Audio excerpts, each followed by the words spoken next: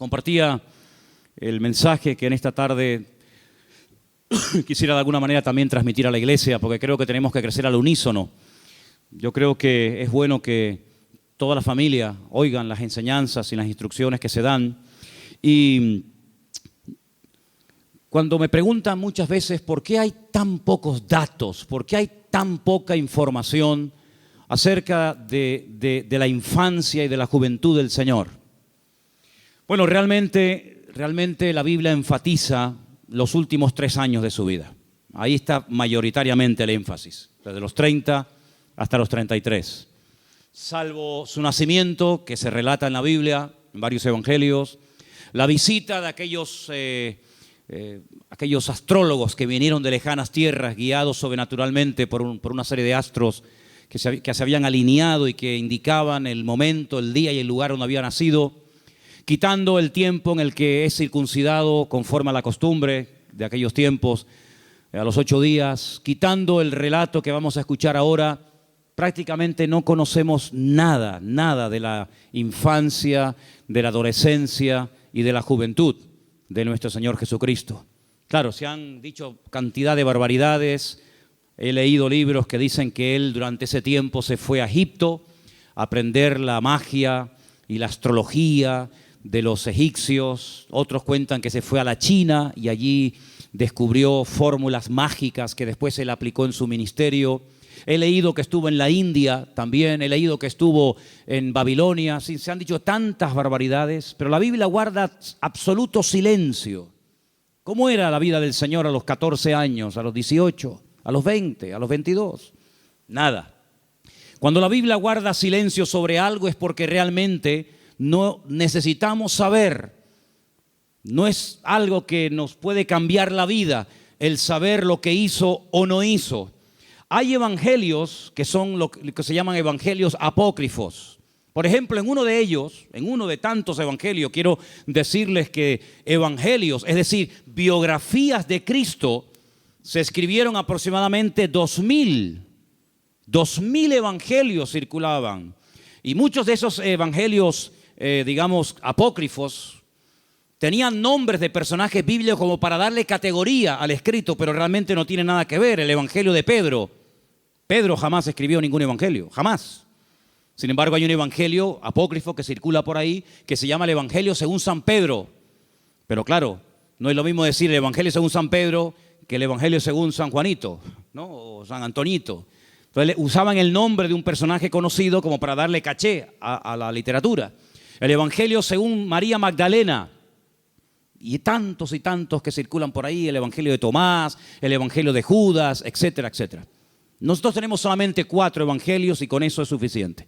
Toda la información que necesitamos conocer y saber, aquí la tenemos. Y lo que el Señor no quería o no quiere que supiéramos, pues simplemente no lo tenemos en la palabra y no tenemos que complicarnos la vida, ni sentirnos tristes, ni frustrados, porque en la Biblia tenemos la información que el Señor quiere que tengamos. Y la que no quiere que no tengamos, simplemente no está. ¿Estamos de acuerdo, hermanos? Amén. Ahora bien, Jesús se crió en una cultura judía. Jesús no era europeo. Jesús no era latino. Jesús se crió en el seno de una comunidad judía, basada fundamentalmente en los escritos que llamamos vulgarmente el Antiguo Testamento, la Tanaj.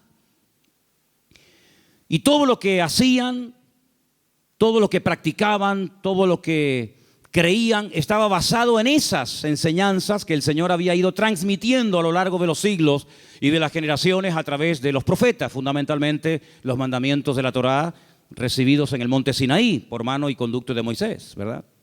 Por lo tanto, cuando vemos que el Señor Jesús es circuncidado a los 8 días, pues es que era normal. Pero es que hasta el día de hoy, hermanos, hasta el día de hoy en Israel, o cualquier judío, da igual si vive en Latinoamérica, en Europa, en Asia o en donde sea, a los 8 días a todos los niños se les circuncida, el Brit Milá, se les circuncida. Porque es la señal de que esa persona forma parte del pueblo de Israel. La primera persona que recibió la orden de ser circuncidado fue el patriarca Abraham. Él asimismo se circuncidó. Él se circuncidó a sí mismo. Gracias a Dios que a mí no me pidió eso el Señor. Pero después circuncidó a todos los de su casa. Y circuncidó a Ismael, que ya tenía 13 años. Por eso los musulmanes también se circuncidan. Pero no a los 8 días, sino a los 13 años. Amigo. Y por eso el Señor Jesucristo, en ese día cuando es llevado al templo, sus padres, que son judíos, de la tribu de Judá, para más Inri, pues tuvieron que llevar un sacrificio muy humilde, porque era gente muy humilde, era gente que no tenía mucho poder adquisitivo, pero fueron al templo a Jerusalén y allí circuncidan al niño, allí le ponen el nombre, lo presentan, por así decirlo, en sociedad y le ponen Yeshua, que significa el que salva, Salvador, ¿verdad? Todos los años, todos los judíos que vivían en un perímetro de 25 kilómetros alrededor de Jerusalén, era lo que había estipulado el Sanedrín, tenían que subir obligatoriamente a Jerusalén a celebrar las distintas fiestas que por orden del Señor tenían que celebrarse en Jerusalén. Leámoslo. Vamos al libro de Éxodo, por favor, capítulo 23. Lo vamos a proyectar ahí en la pantalla para que ustedes también, si quieren, puedan leerlo. Éxodo capítulo 23, versículo 14. 3 veces al año me celebraréis fiesta. La fiesta de los panes sin levadura guardarás. Y dice, 7 días comerás los panes sin levadura, como yo te mandé en el tiempo del mes de Abib, que significa primavera. Porque en él salisteis de Egipto, en la primavera salió Israel de Egipto. Y ninguno se presentará delante de mí con las manos vacías. También la fiesta de la siega, una fiesta que nosotros los cristianos le hemos puesto el nombre o la conocemos vulgarmente como Pentecostés. Significa 50. El nombre original de la fiesta hasta el día de hoy se conoce como Shavuot, que es el plural de la palabra Shavua, que es semana, o Shavuot, semanas. Es una fiesta que se celebra 50 días después del anterior, de la Pascua, ¿sí? Por eso muchos judíos ya se quedaban en Jerusalén para no ir y volver, sino que ya muchos se quedaban, otros se iban, lógicamente. Así que era la segunda fiesta. La fiesta de los primeros frutos de tus labores que hubieres sembrado en el campo y la fiesta de la cosecha a la salida del año. Sí, se empieza el año con la fiesta de Pesaj o la fiesta de la Pascua y al finalizar el año, cuando se acaba el año, se celebra la última fiesta de alegría, que es la fiesta de la cosecha.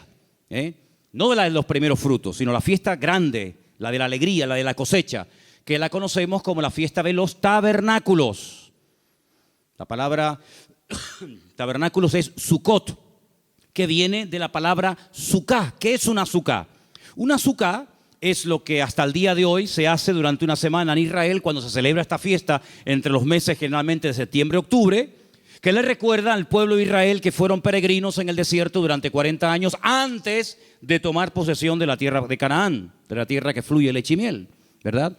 Entonces es una fiesta muy bonita, es una fiesta alegre, porque además se termina el ciclo de la lectura de la Torá.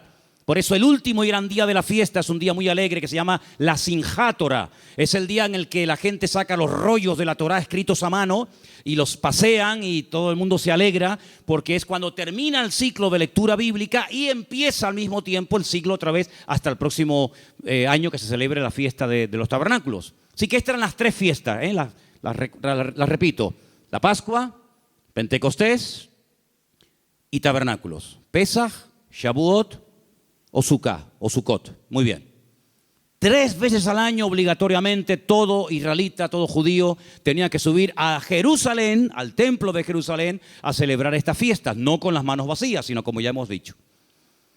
Era obligatorio que los que estaban a 25 kilómetros de Jerusalén tenían que subir sí o sí. ¿Y qué pasaba con una familia que vivía en España? Porque ya había judíos en los tiempos del Antiguo Testamento, ¿verdad? En España ya había una comunidad judía muy importante. Hay muchísimos lugares de España que tienen nombre que tienen que ver con Israel. Por ejemplo, el famoso Val Hebrón, el Valle de Hebrón en Barcelona. El famoso Monte Montjuïc, el Monte de los Judíos, también en Barcelona. El río Ebro, que es el río de los hebreos. y tantos lugares, incluso Tarsis, a donde Jonás quería huir, ¿verdad? Cuando huía o intentaba huir de la presencia del Señor. Pues muchos de ellos no iban a Jerusalén, pero el sueño era ir algún día a Jerusalén a celebrar alguna de estas fiestas, y a veces iban solamente una vez al año. Como Jesús vivía cerca de Jerusalén, vivía en la ciudad de Nazaret, ciudad que hasta el día de hoy se puede visitar, pues ellos dicen que subían todos los años. Era un privilegio el poder subir todos los años. Y cuando el niño cumple 12 años, suben al templo. Y según la historia que hemos leído en esta noche, pues dice la Biblia que en ese tiempo, cuando sus padres ya cumplen con todo lo que estaba establecido en la palabra, regresan otra vez a su hogar, regresan a la ciudad de Nazaret. Por eso se conoce a Jesús como Jesús de Nazaret. Simplemente por eso. No es Jesús de Belén, sino Jesús de Nazaret, porque digamos que adopta el nombre del lugar en el que se crió, aunque él no nació en Nazaret, como todos sabemos. Ahora bien, es interesante ver que esta gente, los padres de Cristo, los padres del Señor, eran practicantes, eran creyentes que practicaban los mandamientos de la palabra de Dios, que por cierto son 600, ¿cuántos? 13 mandamientos. Ahora, por ejemplo, cuando he estado en Israel, les he dicho a los hermanos algunas cosas interesantes. Por ejemplo, las famosas granadas. Una granada muy, muy grande que hay en Israel, que no es la que solemos tener en España, aunque también la puedes encontrar. La de Israel es muy grande, es enorme. Se parte a la mitad, se hace unos zumos muy ricos, por cierto. Pues cuando tú la abres y la desgranas, esos granitos rojos, en todas hay 613 granitos, en todas. Porque es la granada típica de Israel, que al israelita, al judío le recuerda los 613 mandamientos de la Torá, que tiene que practicar o que tenía que practicar en los tiempos en los que existía el templo. Hoy en día es prácticamente imposible cumplir con la ley porque no hay templo y más de 400 mandamientos giran en torno al templo. Por lo tanto, si quieres cumplir con uno y darle mucha importancia a uno, pero no cumple los demás, es como si no cumplieras ninguno. Eso es lo que dice la palabra. Ahora, como ellos eran practicantes, ellos subían todos los años. Ahora, es muy interesante ver que la gente reacciona según lo que le han enseñado. Por ejemplo, cuando hablas con una persona y comienza a contarte un poco su vida, cómo se convirtió, más o menos puedes saber, más o menos puedes conocer el trasfondo, el tipo de iglesia o incluso hasta de denominación a la que ha pertenecido o pertenece. Porque la educación que hemos recibido, sobre todo en los primeros años, primer año, año y medio, 2 años de nuestra conversión, nos marca a veces para toda la vida. Y por eso es muy importante, vuelvo otra vez a recordar lo que se ha dicho en otros mensajes desde aquí arriba, la importancia de ser instruidos con una sana doctrina y no con una enseñanza desvirtuada, manipulada, tergiversada, sacada del contexto para formar pretextos que después no tienen ningún fundamento bíblico. Es muy importante examinar lo que oímos, lo que leemos, lo que aprendemos semanalmente a la luz de las Escrituras. ¿Para qué? Para que podamos imitar a aquellos hermanos nuestros de la ciudad de Berea que dicen que eran personas nobles porque examinaban, después de haber escuchado al apóstol Pablo disertar sobre las profecías que, según él, se habían cumplido en la persona de Cristo. Es muy importante comprobar a la luz de las Escrituras si lo que estamos oyendo cada semana es así o no es así. Porque hay creyentes, parece mentira, pero es así, que han sido víctimas de malas enseñanzas, de enseñanzas sobreenfatizadas, amplificadas, como yo les llamo. Personas que le dan un énfasis tan grande a una cosa que ojalá se lo dieran a todo, Ojalá le dieran tanto énfasis a la oración, al perdón, a la generosidad, a la asistencia, al estudio de la palabra, como le dan a otras cosas. Y eso es como si nos creciera un brazo muy largo y otro se nos quedara raquítico. Sería horrible. Sería horrible. Pues lamentablemente encontramos personas, incluso iglesias, incluso me atrevería a decir denominaciones enteras, que le dan un sobreénfasis a algo que hay que enseñar. No estoy diciendo que no, hay que enseñar, hay que compartirlo, pero en su justa medida, ¿verdad? En su justa medida. Hay iglesias que le dan un énfasis increíble al hablar en lenguas. Para ellos lo más importante es hablar en lengua. No hay otra cosa en la vida más importante que hablar en lenguas, cuando la Biblia no pone un sobreénfasis sobre ese ni sobre ningún don de la palabra. Todos son importantes y todos son necesarios. Y como dije en cierta ocasión, el don más importante y necesario es el que hace falta en el momento, no el que no hace falta, ¿verdad? Hay iglesias que le dan un énfasis impresionante al diezmo. Y hay gente que viene obsesionada con el diezmo. Y ya no tanto, pero cuando venían muchos hermanos de otras naciones y decidían congregarse aquí con nosotros un tiempo, pues, oye, era como si el diezmo era lo que arreglara todo. Si no importa si no oramos, si no nos congregamos, el diezmo. Y es como una obsesión. Y bueno, o sea, hay que hablar del diezmo, hay que hablar de las ofrendas. ¿Cómo no? Por supuesto que sí, es bíblico, ¿sí o no, hermanos? Pero yo no voy a estar todo el santo día hablando del diezmo y de pedir y hay que dar, porque si no das no sé qué. Es un sobreénfasis sobre una doctrina que se ha desvirtuado y se ha llevado a unos extremos que ni siquiera la Biblia le da esa importancia o esa categoría. Entonces es muy importante ver cómo en la vida de los padres del Señor Jesús, José y María, eran personas equilibradas, personas que hacían las cosas cuando se tenían que hacer y ya está, y nada más, ¿verdad? Pero hay creyentes que han sido víctimas de enseñanzas manipuladas, mutiladas, amplificadas, etc. Hay gente que ha recibido incluso veneno. Sí, hermano, veneno disfrazado en cápsula de doctrina sana. Veneno que ha entrado en su espíritu, que ha entrado en su mente, que ha entrado en su forma de ser, y actúan, y oran, y viven, y piensan, y reaccionan en base a una falsa enseñanza que ¡pum!, se les coló, y ahí ha echado raíces y les controla la vida. Gente que está todo el día viendo demonios por todos los lados. ¿Conocen gente así? ¿Conocen gente así? Digo, madre mía, qué facilidad tienen para ver demonios de esta gente. ¿Por qué no desarrollan la habilidad para ver más al Señor? Y para ver la protección y la bendición de Dios. Tanto el día asustado, es que el diablo Pero hija, pero ¿tú quién eres? Es que ni a Pablo lo perseguía tanto el diablo como a ti. Porque han sido víctimas de una enseñanza envenenada. Claro, el otro extremo, ¿cuál es? No, que eso no existe, que no hay diablo, que no hay demonios, que no hay guerra espiritual, que no hay lucha. Ese es el otro extremo, cuidado. Y todos los extremos son malos. Entonces, qué importante es crecer de una forma equilibrada, comprobando a la luz de las Escrituras si los conceptos, las enseñanzas que se transmiten diariamente o semanalmente son realmente así. Y por eso vemos en el Señor que Él subió, no porque era una tradición, sino porque era un mandato del Señor. Era un mandato del Señor subir a Jerusalén a celebrar la fiesta de la Pascua. Pero yo les dije el jueves que en esta historia, que es la única, dicho sea de paso, que tenemos sobre la adolescencia del Señor, aparece una frase que a mí durante mucho tiempo me creó, vamos a decir, entre comillas, un cierto problema. Porque es una palabra que no me encaja en la forma de ser del Señor. Y vamos a leerla. Estamos en Lucas, ¿verdad? Capítulo 2, versículo 48. Dice que los padres, después de 3 días, claro, fue un día de ida, otro día de vuelta, y otro día buscándolo, total 3 días, como los 3 días que estuvo sepultado, ¿verdad? A los 3 días lo encuentran en el templo. Si hubieran empezado a buscarlo en el templo, lo hubieran encontrado el primer día, pero fue el último lugar donde fueron. Cuando le vieron, se sorprendieron y le dijo su madre: hijo, ¿por qué nos has hecho así? He aquí tu padre y yo te hemos buscado con angustia. Con angustia. Qué terrible, ¿no? Cuando estamos angustiados, asustados, nerviosos, preocupados por algo, no es correcto vivir así. No es correcto vivir con esa inseguridad, con ese temor dentro, ¿no? Ellos manifiestan que han estado angustiados. Bueno, en cierto sentido les podemos entender. Perder a un hijo 3 días tiene que ser una experiencia horrible, ¿verdad?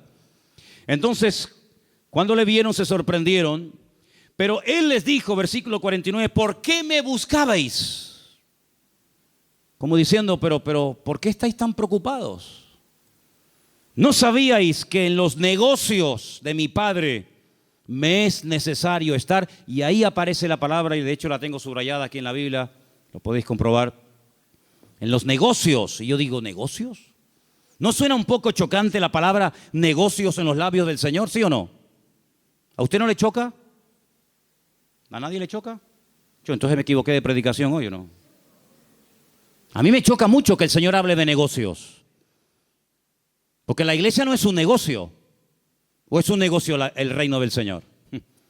Hay algunos que se toman el ministerio como un negocio y se pegan una vida que vamos, que si no fueran pastores, imagínate, ¿no?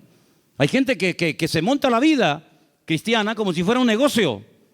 Pero la vida cristiana no es un negocio, no es una empresa. Entonces, ¿por qué aparece esta palabra? Entonces comencé a estudiar y comencé a indagar. Y tengo que decirles que no aparece en ningún texto. El Nuevo Testamento se escribió en griego, ¿vale? No se escribió en español, ni en inglés, ni en alemán, ni en japonés, se escribió en griego. Y en ningún manuscrito, en ninguno de los que existen en la actualidad, aparece la palabra negocios. En ninguno. Luego tengo que decir que esto fue una pésima traducción. Eso no dice ningún texto. De hecho, hay Biblias. Esta mañana, por ejemplo, en el Puerto de la Cruz, algunos hermanos, mientras yo decía esto, me levantaban la Biblia, como ahora, por ejemplo, y me decían, hermano, en la Biblia mía no pone negocio. Por ejemplo, ¿en tu Biblia qué pone? Asuntos. ¿En la tuya? ¿Cómo que nada? Tiene que poner algo. ¿Está en blanco el texto? No habla de negocios. En la Biblia esta que se llama de la Peshita, que es la traducción del arameo, tampoco aparece la palabra negocios. No sé si por ahí alguna persona tiene alguna otra versión diferente. ¿Qué dice en la tuya? ¿Cómo? Yo debo estar donde está mi padre. Bien, vale. Si la palabra negocio no aparece en ningún manuscrito, entonces la pregunta es, ¿qué es lo que dice? En la casa de mi padre me es necesario estar. Eso es lo que dice el original. En la casa de mi padre me es necesario estar. Me llama mucho la atención porque el Señor Jesús, la última semana de la vida de Cristo es muy interesante, ¿eh? Muy interesante. Está plagada de detalles. Baja de las montañas de Galilea, se va a Jerusalén y dice, por ejemplo, en Mateo 21, vamos a leerlo, Mateo 21, 12, que una de las primeras cosas que hace cuando llega a Jerusalén es ir al templo. La ciudad estaba plagada de peregrinos. Venían de todas partes a celebrar la Pascua. Era una fiesta muy importante, era una fiesta que se recordaba la liberación de la esclavitud de Egipto. Y venían peregrinos, judíos, centenares, miles de creyentes de judíos de todas partes del país y de fuera del país. Y Jesús se va al templo. Y claro, aquello era un bullicio de gente, había judíos de todas partes del mundo y todos querían comprar su oveja, su cabra, el animal correspondiente para presentar el sacrificio personal. Y cuando el Señor llega al templo, estamos en Mateo 21, ¿verdad? Versículo 12, Jesús entró en el templo de Dios y echó fuera a todos los que vendían y compraban en el templo. Se habían metido dentro del templo a comerciar. Tremendo, el templo se había corrompido. Y entonces dice que él volcó las mesas de los cambistas. ¿Quiénes eran los cambistas? Pues ahora en Israel cuando hemos ido, pues hemos tenido que buscar casas de cambio para cambiar los euros en shekel. Porque con el euro sí puedes comprar cosas, pero te pueden timar, le pueden poner el valor que ellos quieran. Entonces tienes que convertir la moneda, los dólares, los euros o la moneda que lleves, tienes que convertirla en la moneda del país y con esa compras y vendes y te mueves, que es el shekel. Y los cambistas eran las personas que se ponían con sus mesas y le cambiaban el dinero a los que venían de un país, a los que venían de otro país, a los que les cambiaban el dinero, las monedas, etcétera, ¿verdad? Eso eran los cambistas. Y el Señor dice que las mesas de esa gente que estaba haciendo negocio en la casa del Señor, dice que las volcó. Imagínate un montón de monedas rodando por el suelo, ¿verdad? Volcó las mesas de los cambistas y las sillas de los que vendían palomas. Esto era el negocio, el negocio. Tienen que venir a cambiar y tienen que venir a comprarnos las palomas, las ovejas, los corderos y vamos a forrarnos. Esto va a ser una bicoca, esto va a ser el negocio porque estos pobrecitos vienen aquí y tienen que presentar sus ofrendas. Qué tremendo, ¿no? Qué tremendo. Siempre hay gente que vive de la desgracia ajena o del dolor ajeno. Jesús les dice, escrito está, mi casa, casa de oración será llamada, mas vosotros la habéis convertido en cueva de ladrones. ¿Qué te parece, amigo? Me habéis convertido mi casa en una cueva de ladrones. Un lugar tan sagrado, un lugar donde el Señor depositó su gloria en su momento, un lugar donde estaba la Shekinah, la gloria del Señor, el centro religioso del pueblo de Israel. Lo habían corrompido de tal manera que la gente hasta por dinero compraba los cargos. Es increíble que siempre tenía que haber un sumo sacerdote, que era el representante del pueblo delante del Señor y al mismo tiempo el representante del Señor para con el pueblo. Ahí tenemos en la entrada de la iglesia una réplica de las vestiduras del sumo sacerdote para que más o menos os deis una idea cómo podían ser, ¿verdad? Pero en aquellos tiempos, en los tiempos de Cristo, no había uno, habían dos. ¿Os acordáis? Anás y Caifás. Uno eran de los fariseos, otro era del grupo de los saduceos, porque competían entre ellos. Unos creían una cosa, otros creían otra. Todos querían tener el poder, amigo, el poder religioso, el poder controlar a la gente, manipular las escrituras, etcétera, etcétera. Una corrupción moral y espiritual terrible. Y el mismo Señor Jesucristo, cuando entra al templo, tiene que limpiarlo de adentro para afuera y volcar las mesas de los cambistas. Yo me he preguntado muchas veces, ¿y Anás y Caifás, los sacerdotes de la época, no se sentían mal cuando veían lo que el Señor vio? ¿No le llamaron la atención a los cambistas, ni a los que habían manchado y corrompido el templo? Pues se ve que no. Se ve que esa gente estaba allí porque alguien se lo había permitido. Se ve que esa gente estaba allí como pez en el agua porque los sacerdotes estaban igual o peor de corrompido que ellos.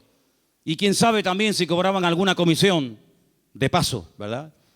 Y no es hasta que llega el Señor que dice, pero ¿no os dais cuenta que esto ya no es mi casa? Que esto, en vez de ser una casa de oración, una casa de comunión, de relación, de intimidad con nuestro Padre, con nuestro Señor, lo han convertido en una cueva, pero de ladrones. Porque la Biblia habla de muchas cuevas. Y había una cueva que era la famosa cueva de Adulán, donde iban los afligidos y los menesterosos y los endeudados y los hechos polvo, diríamos, porque allí vivía un tal David que les ofrecía una seguridad y les ofrecía una esperanza, cosa que el rey Saúl no les ofrecía. Pero sin embargo, en la casa del Señor, en el templo de Jerusalén, pues en vez de ser un lugar de santidad y un lugar de respeto y un lugar de comunión, aquello era un gallinero, aquello era un lugar de negocio, de comercio, una auténtica cueva de ladrones. Y es interesante porque el Señor, cuando tiene 12 años, le dice a sus padres, en la casa de mi Padre me es necesario estar. Y cuando tiene 30 años dice, me habéis convertido mi casa de oración en una cueva de ladrones. Ay, amigo, ¿en qué quedamos? ¿Es la casa del Señor o es la casa de Dios? Porque Él dijo a los 12 años, en la casa de mi Padre me es necesario estar. Y cuando tiene 30 años dice, mi casa me la habéis convertido en una cueva de ladrones. Qué interesante, ¿verdad? He traído un material que lo voy a dar a partir del jueves, tan interesante en mi vida, doy gracias al Señor por eso. He podido conseguir un material tan extraordinario, lo conseguí en una iglesia en Talpiot, a las afueras de Jerusalén, donde al terminar un culto me acerqué a una mesa llena de material, de pegatinas y de montones de cosas, y yo comencé ahí a llevarme de todo un poco, y me traigo un libro escrito por el pastor de la iglesia, donde habla de cómo aclarar y cómo explicar esa lucha que a veces hay entre sí. Pero bueno, si la Biblia dice que Dios es uno, escucha Israel, el Señor nuestro Dios, uno es, y entonces Cristo, ya son dos, ¿no? Está el Padre y está el Hijo, ahora hay dos, antes allí sea uno, ahora son dos. Entonces hay creyentes que tienen un lío con esto y me ha llegado este material a mis manos, escrito específicamente para aclararle a los judíos que se encuentran con esta disyuntiva de no entender lo que vulgarmente por ahí algunos han llamado Trinidad. Pues en ese libro comencé a estudiarlo y es increíble los textos que aparecen. Lo voy a comenzar a dar desde el jueves, un material extraordinario acerca de todas las veces y ejemplos bíblicos buenísimos, de verdad, que emplea el Señor en su palabra para explicarnos lo que para Él es uno, aunque a veces sean 2 o 100 o 1000, pero para Él es uno. Eso, Dios mediante, será el día jueves en las clases que daremos, ¿no? Pero es interesante notar cómo el Señor llegó a aquel lugar y dice que Él comenzó a oír y a preguntar. A oír y a preguntar. Dice la Escritura que lo primero que tenemos que desarrollar como creyentes es el deseo de oír. Todo hombre sea pronto para oír y tardo para hablar. Primero, aprender a oír. Segundo, aprender a hablar. A veces nosotros nos metemos en líos porque primeramente hablamos y después escuchamos. Cuando la Biblia dice que es al revés. Primeramente hay que oír, observar, conocer bien, tener todos los datos y después hablar. Es como el orden de las letras en el Aleph Bet, en las letras del alfabeto hebreo. Todas tienen un orden. Los que están en la clase conmigo en hebreo saben, ¿verdad? Aleph, Bet, Gimel, Daleth, Hei, Bat, todo ese orden, ¿verdad? Hay una letra que es la letra, ¿cuál? Ain, Ain, ojo, a ojo. Y la siguiente es la letra P, que significa boca. Primeramente observa y luego hablas. ¿Cuántos problemas habremos tenido a lo largo de nuestra vida? Porque hablamos, opinamos, comentamos, nos metemos en follones y después cuando te dicen, no, pero mira, es que era así, ay, pero ya la palabra salió por tu boca y ya no vuelve atrás, ¿verdad? El Señor dice que oía y preguntaba. El Señor primeramente oía y luego preguntaba. Qué importante es prestar atención a lo que el Señor nos transmite a través de su palabra, semana tras semana, mes tras mes, y ya podemos hablar de año tras año. ¿Se acuerdan cuando yo les dije que cuando estudiamos las iglesias del Apocalipsis, esa expresión que aparece curiosamente 7 veces en 7 textos diferentes, escuchen, o el que tiene oído, oiga lo que el Espíritu dice a la iglesia? Pues es un término polivalente, es un verbo que se puede interpretar, se puede traducir de 2 formas diferentes y no hay ningún error. Escucha o oigan lo que el Espíritu dice a la iglesia. Y la otra forma del verbo oír es obedezcan lo que el Señor le dice a la iglesia. Entonces dice, entonces ahora entiendo lo que dice Romanos 10. La fe viene por oír.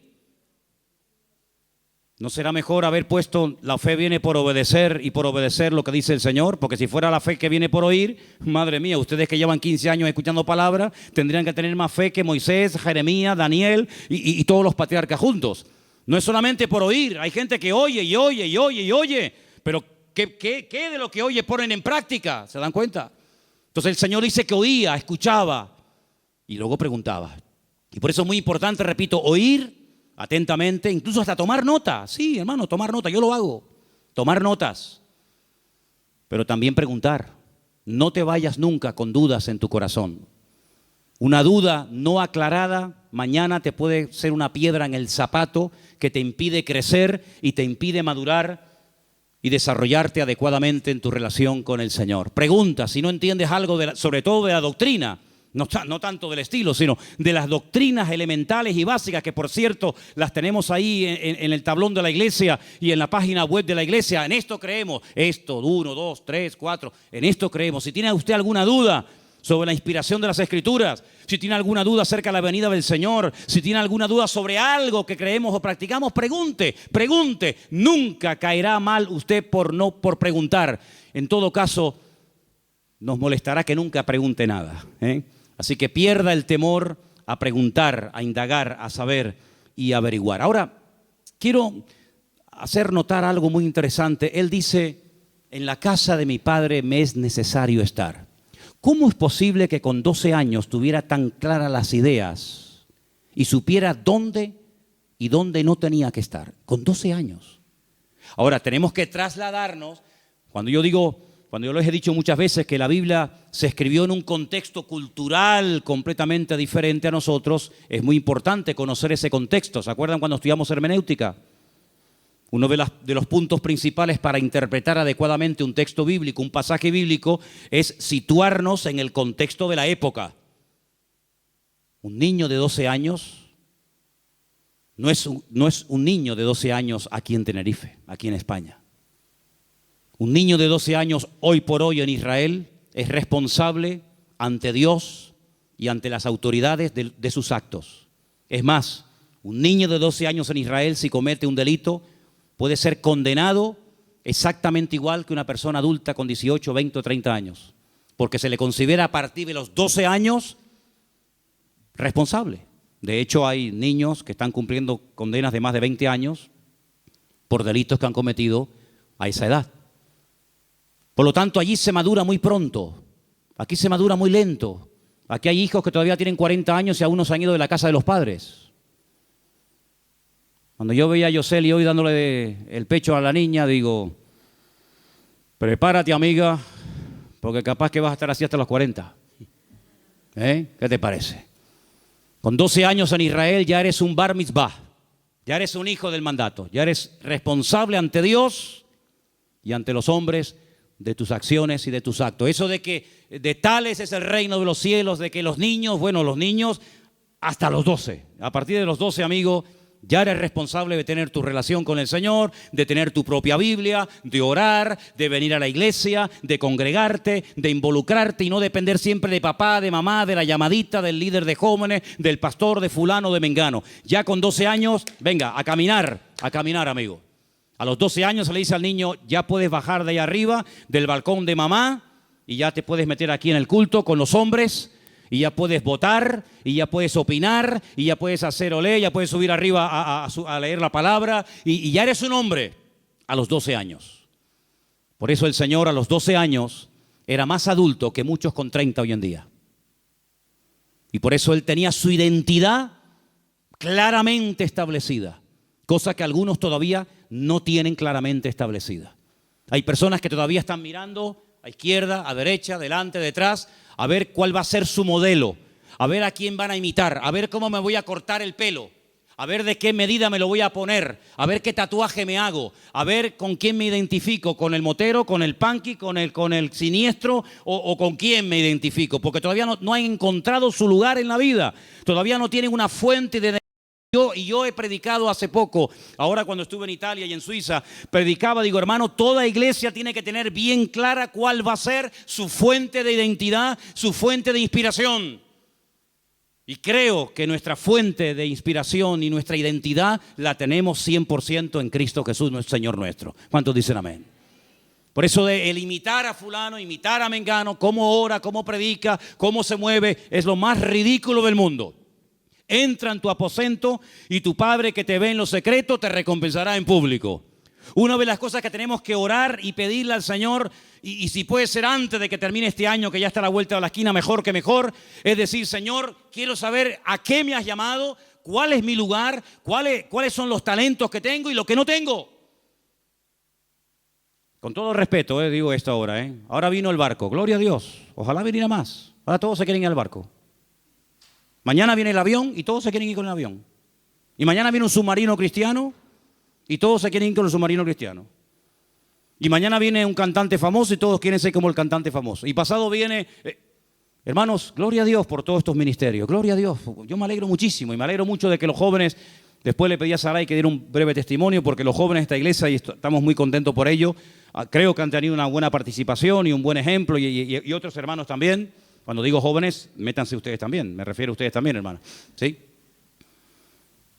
Pero, hermanos, no tenemos que ser niños fluctuantes. El niño le regalas un cochecito y está loco. Pero en cuanto le presentas una moto, ya hace así, dice, el cochecito, la moto. Y mañana le presentas una trompeta y pasa una batería, porque todavía no tiene claras sus ideas. ¿Tú las tienes?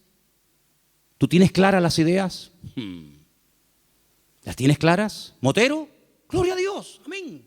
Te compras una Harley Davidson, te vistes como te tengas que vestir. Si ese es el lugar que Dios tiene para ti, sé el mejor motero del mundo y sirve al Señor en ese terreno.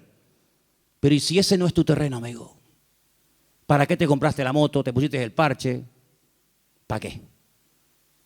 ¿El Señor quiere que seas músico? Pues prepárate y estudia y aprende y practica y saca callos y suda, lo que haga falta, pero sé ese músico para el cual el Señor te llamó. Dios quiere que seas pastor, olvídate de otras cosas. Para ti lo más importante es el ministerio, estudiar y servir a los demás, porque a eso te ha llamado el Señor. Pero si a eso no te ha llamado el Señor, ¿para qué meterte en camisas de 11 varas, ilusionarte, perder tiempo, perder energía, incluso a veces hasta dinero? ¿Para qué? Qué hermoso es saber a lo que Dios nos ha llamado y a lo que Dios no nos ha llamado. Qué hermoso saber lo que Dios me ha dado a mí y lo que Dios no me ha dado a mí. No olvidemos las palabras de nuestro hermano Pedro. Nuestro hermano Pedro, el de la Biblia, ¿eh? No están pensando en otro hermano Pedro que por ahí tenemos en Tenerife otro, ¿no? El hermano Pedro, el de la Biblia. No tengo ni plata ni oro. Pero ¿cómo puede ser que un ministerio que predique y en una predicación haga así y en el primer llamado gane a 3,000 almas y no tenga recursos económicos? ¿Cómo puede ser un hombre que va por la calle y sin querer, cuando pasa con la sombra, el Señor se glorifica y algunos enfermos son sanados, y semejante ministerio no tiene ni plata ni oro? Pero si hoy en día hay gente que en el ministerio, hermano, no saben hacer ni la O con un canuto y se pegan una vida que hermano, ni un artista de Hollywood. Y este hombre que tiene la gracia del Señor, que ha caminado por encima de las aguas, que ha visto milagros, que ha visto a Elías, que ha visto a Moisés, que ha hablado con ellos, que ha visto cosas tremendas que ninguno de nosotros hemos visto jamás y probablemente nunca veremos. ¿Cómo es posible que llegue a la puerta donde va a entrar al templo y le diga a un mendigo que le está pidiendo dinero: no tengo, no me pidas dinero porque no tengo ni plata ni oro? Es que era la verdad. Y no tenemos que tener vergüenza de reconocer lo que Dios no me ha dado, porque probablemente el que esté sentado al lado tuyo tenga lo que tú no tienes. Y es un complemento que Dios ha puesto a tu lado. Dios le ha dado a Elena dones que yo no tengo, pero Dios me ha dado dones a mí que ella no tiene. Y ahora vamos a pelear y a discutir. Yo una vez oré por una persona que estaba enferma y a los 3 días se murió. Y Elena ha orado por mí cuando he estado asfixiado y muy mal, y me he sanado así, al momento. ¿Qué quieres que te diga? Cada uno tiene su don, cada uno tiene su terreno. Por eso Pedro dijo: no tengo plata ni oro. Si ustedes creen que nosotros los discípulos, por haber estado con el Señor y por tener congregaciones de miles y de miles de personas, nadamos en la abundancia, os equivocáis rotundamente. Pero tenemos otras cosas que ni con todo el dinero y el oro del mundo se pueden comprar. En el nombre de Jesucristo, levántate y camina. Aleluya. Y ese hombre fue transformado y cambiado radicalmente. Tú sabes lo que tienes hoy en el Señor. Oye, que hoy es día 11 de diciembre, ¿no? Es 11, ¿no? 11 de diciembre, casi se nos va el año. Y en este año, ¿cuántas Biblias has repartido? ¿Cuánta gente has ganado para el Señor? ¿Cuánto tiempo has invertido en el reino? ¿Cuánto tiempo has invertido en tu empresa, en tu negocio y en el Señor? Un desequilibrio increíble, eso se tiene que compensar de alguna manera. Es como un barco, si le ponemos toda la carga a un lado al barco, es un peligro. Uno de los grandes peligros que hay en la navegación, cualquiera lo sabe, es que la carga se puede ir a un lado y se escore el barco y se dé la vuelta. Por eso la mercancía, los barcos tienen que llevar la mercancía amarrada para que no se mueva. Y a veces en nuestra vida hay tantas cosas que se siguen moviendo. A veces perdemos la victoria tan fácilmente. Y yo digo: pero Señor, con lo que te costó a ti obtener la victoria para nuestra vida, la salvación de nuestra alma, y lo fácil que algunos pierden la bendición. Antes que me olvide, estuve con este chico que va a venir dentro de poco, si Dios quiere.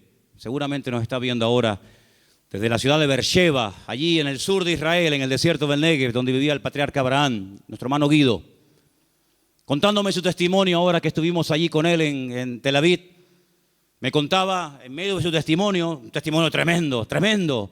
Dejó drogas, bueno, ya lo van a escuchar. Hay un momento en el que en su testimonio me dice: y también dejé de fumar. Digo: oye, una pregunta.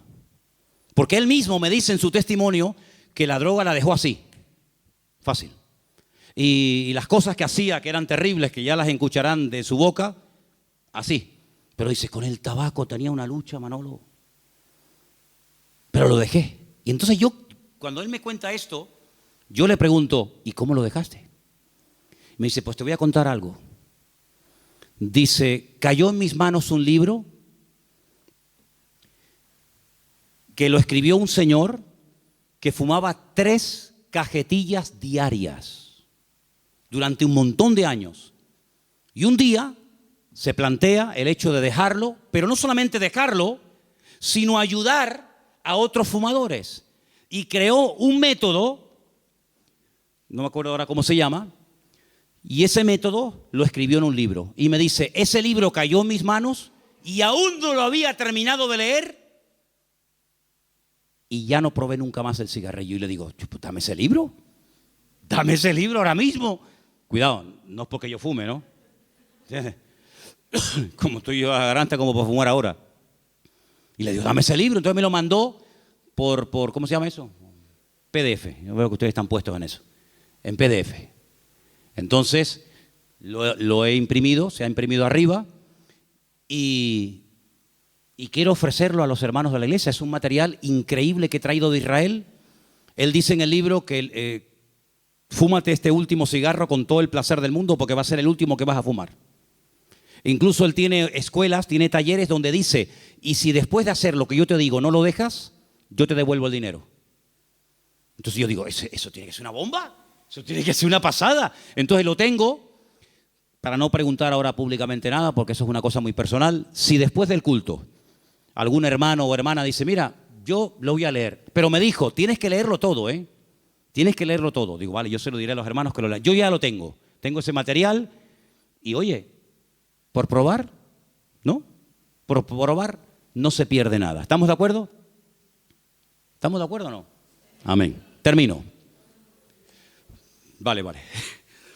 El Señor Jesús dice que cuando sus padres lo encuentran y le dicen, la casa de mi padre es donde yo tengo que estar, porque Él era donde más a gusto se encontraba. Yo les quiero preguntar a todos los jóvenes que están aquí esta tarde, y también a todos ustedes, hermanos, ¿ustedes disfrutan cuando vienen aquí a la iglesia? ¿Disfrutan? ¿Les gusta venir? Amén. No lo pierdan nunca, ¿eh? No lo pierdan nunca. El día que a mí no me guste predicar, el día que a mí no me guste estar aquí, no puedo estar, porque estaría fingiendo. Que ese deseo de venir, de disfrutar, de escuchar, de aprender, de participar, de colaborar, en lo que sea, que nunca se vaya de tu vida. Amén. Y si ves que se te está apagando, ora al Señor y recupera ese fuego, porque es una de las cosas más bonitas que como creyentes tenemos. Decir, tengo ganas de ir a la iglesia. Y el culto ahora empieza a las 6:30, yo a las 6 estoy allí. ¿Y qué hay que hacer? Yo el primero. Si con 12 años él tenía este deseo, ¿cuánto más nosotros? Pero quiero terminar leyendo los 2 versículos que mi hermano Luis, ¿dónde está Luis? Que mi hermano Luis allá arriba en el balcón me dejó para que yo leyera. El 51 y el 52. ¿Podemos proyectarlo ahí? Dice, descendió con ellos y volvió a Nazaret. Podía terminar ahí el texto, pero añade algo muy interesante. Dice, y estaba sujeto a ellos. Y su madre guardaba todas estas cosas en su corazón. Y Jesús crecía en sabiduría, en estatura y en gracia para con Dios y para con los hombres. Fíjate tú qué datos tan interesantes nos da la palabra, ¿eh? Vuelve a Nazaret, pero no diciendo, como ese niño que le dice, ven aquí. Y el niño viene, pero va llorando por toda la calle. A veces yo he visto madres que pasan por aquí, por enfrente de la iglesia, y vienen con el niño dando gritos desde la esquina y llegan al recinto ferial y aún sigue chillando el chiquillo. No con esa actitud.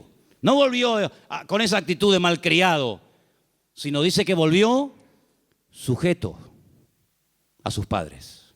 Jesús, el Rey de Reyes y Señor de los Señores, reconociendo que aún no ha llegado su hora ni su momento, vuelve a Nazaret, se sujeta a sus padres y hasta los 30 años guarda absoluto silencio.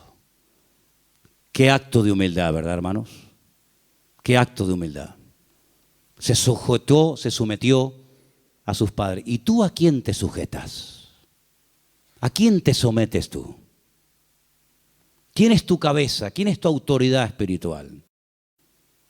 Una de las preguntas que le hago muchas veces a algunas personas es, ¿quién es tu pastor?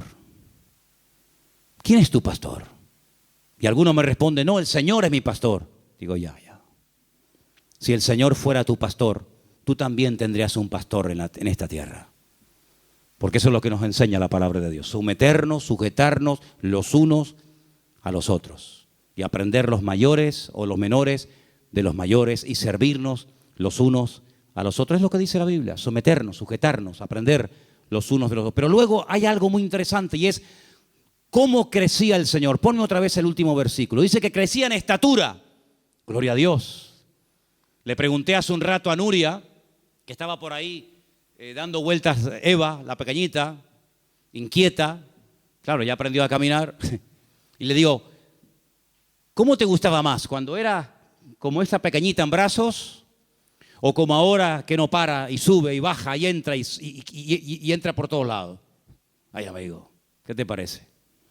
Crecemos, ¿verdad? Y gloria a Dios por ello. Pero la estatura, el crecimiento físico es importante, pero no es el más importante de todos. No es el más importante. La parte física, los griegos le dieron una importancia tan grande que convertían sus templos al mismo tiempo en gimnasios. Y por ejemplo, cuando conquistaron Jerusalén, lo primero que hizo Antíoco Epifanes, que fue uno de los seleucidas, uno de los griegos que conquistó aquella parte de la tierra cuando el imperio griego se divide en 4, pues convirtió el templo de Jerusalén en un gran gimnasio y lo profanó de esa manera. Y la gente iba a ponerse cachas, a ponerse fuerte. Y ellos inventaron las olimpiadas, el culturismo, el culto al cuerpo. ¿Cuántos gimnasios hay alrededor de nuestra iglesia? ¿Los ha contado? 5. 5 gimnasios alrededor de nuestra iglesia. Y tú pasas por delante de ellos y tú dices, madre mía, los ves corriendo para arriba, abajo, cogiendo bolas, cogiendo peso, subiendo por la cuerda, bajando. Yo no digo que esté mal, pero dice la Biblia que el ejercicio corporal para poco es de provecho. Hay gente que le da una importancia tremenda a tener un cuerpo, una musculatura. ¿Y sabes lo que te quiero decir una cosa? Y que nadie se ofenda si practica esto. La mayoría de esa gente son en el fondo unos acomplejados. Sí, créeme. La mayoría de esas, no digo todos, pero muchas de esas personas que se me achacan en los gimnasios y se quieren poner fuertes y hermosos y no sé qué y no sé cuánto, en el fondo tienen unos complejos tan grandes que quieren tapar y ocultar su complejo de inferioridad con un cuerpo no sé qué y luego escarbas y no hay nada, nada en su vida. Entonces el Señor, claro que crecía, pero cuidado, no solamente crecía por fuera, en estatura, gloria a Dios, sino que también crecía en sabiduría, en gracia, también crecía espiritualmente. Y es lo que tenemos que buscar todos y cada uno de nosotros. Porque ¿de qué sirve que físicamente tengamos un cuerpo espectacular si luego espiritualmente somos enanos y no tenemos comunión y relación con el Señor? No tenemos que imitar ni machacarnos en un gimnasio horas y horas y horas. Ay, amigo, si en vez de desperdiciar tanto tiempo haciendo carreras y atletismo y levantando pesas y comiendo basura, invirtieras ese tiempo en oración, en presencia y en relación con el Señor, qué diferente sería tu vida. Qué diferente sería tu vida. Por eso el Señor crecía de una forma integral, crecía equilibradamente. No era una persona con una apariencia física espectacular como Saúl, ¿os acordáis? Saúl, ¿cómo era? Saúl lo miraba y decía, madre mía, qué hombretón, el más alto de todo Israel.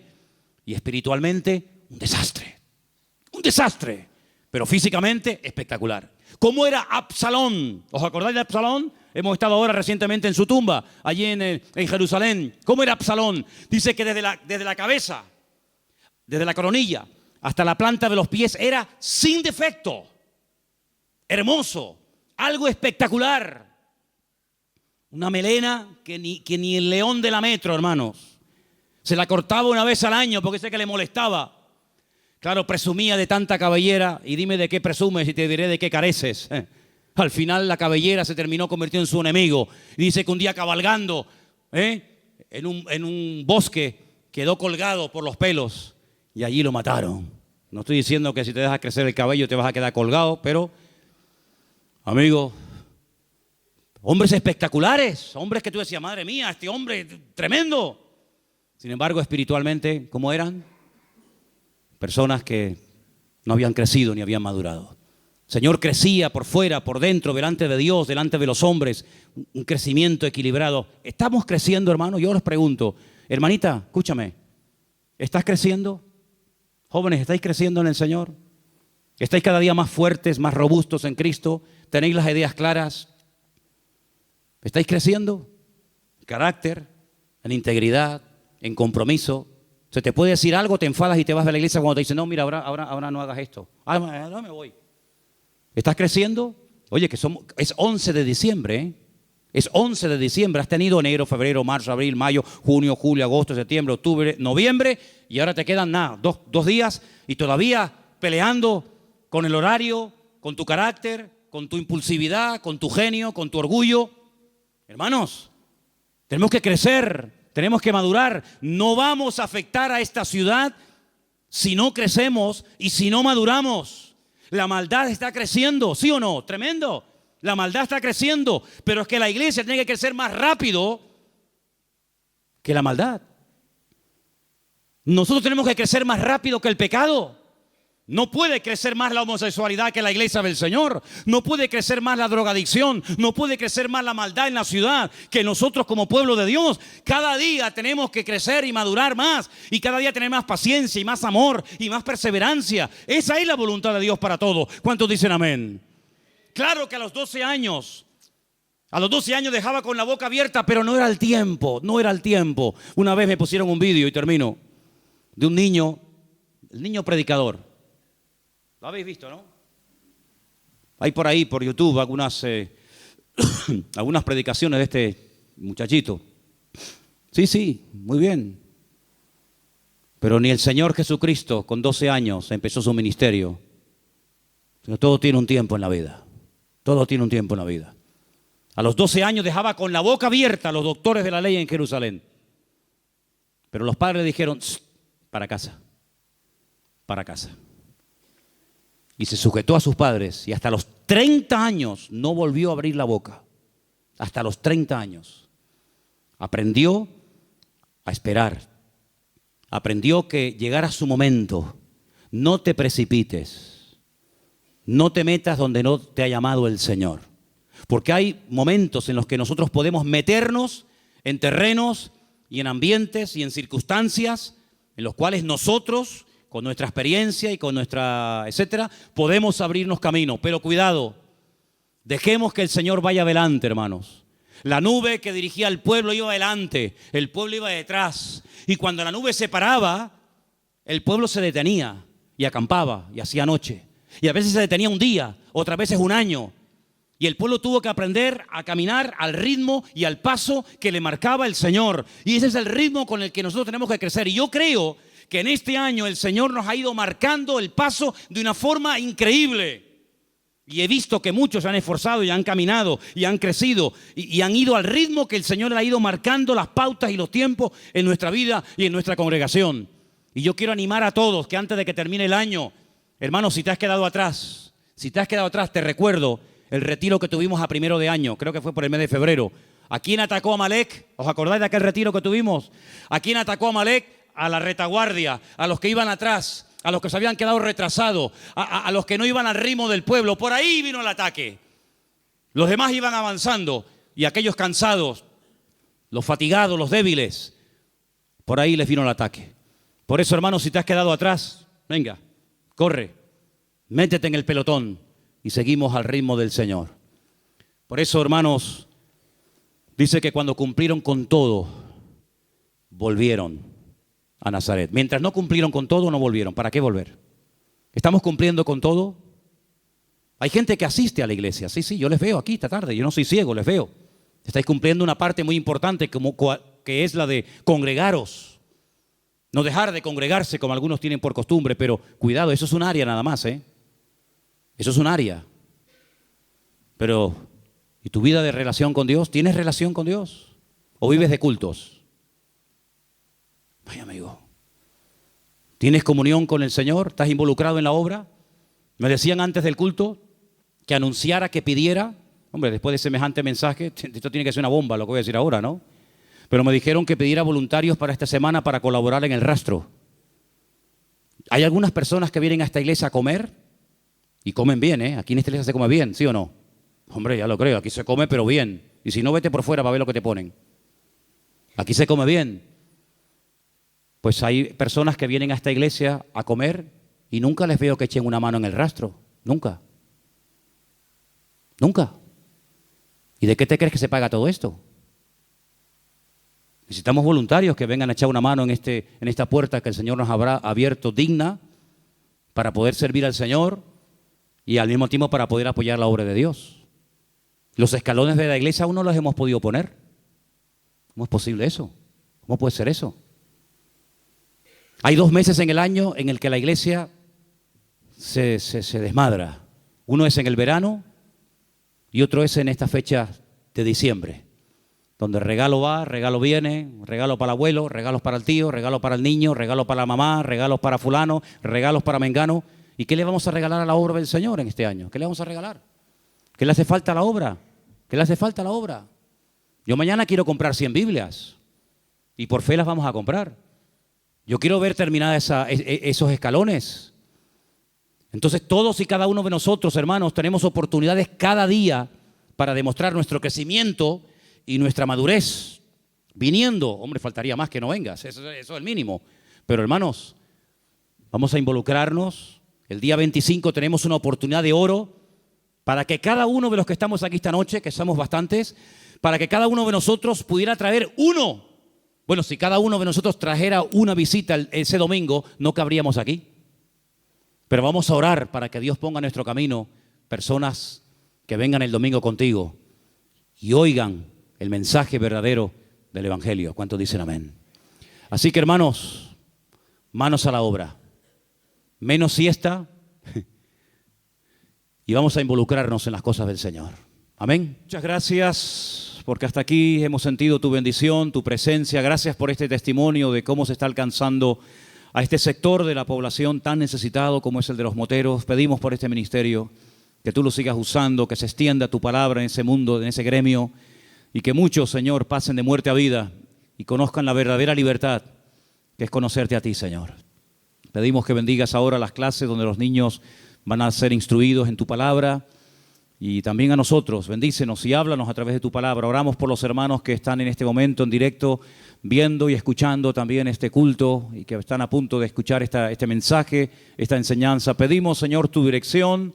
Pedimos que tú nos ayudes en el día de hoy y que salgamos de aquí renovados y fortalecidos en la fe y con tu bendición y con tu gracia. Te damos gracias por todo en el nombre de tu amado Hijo Jesús. Amén.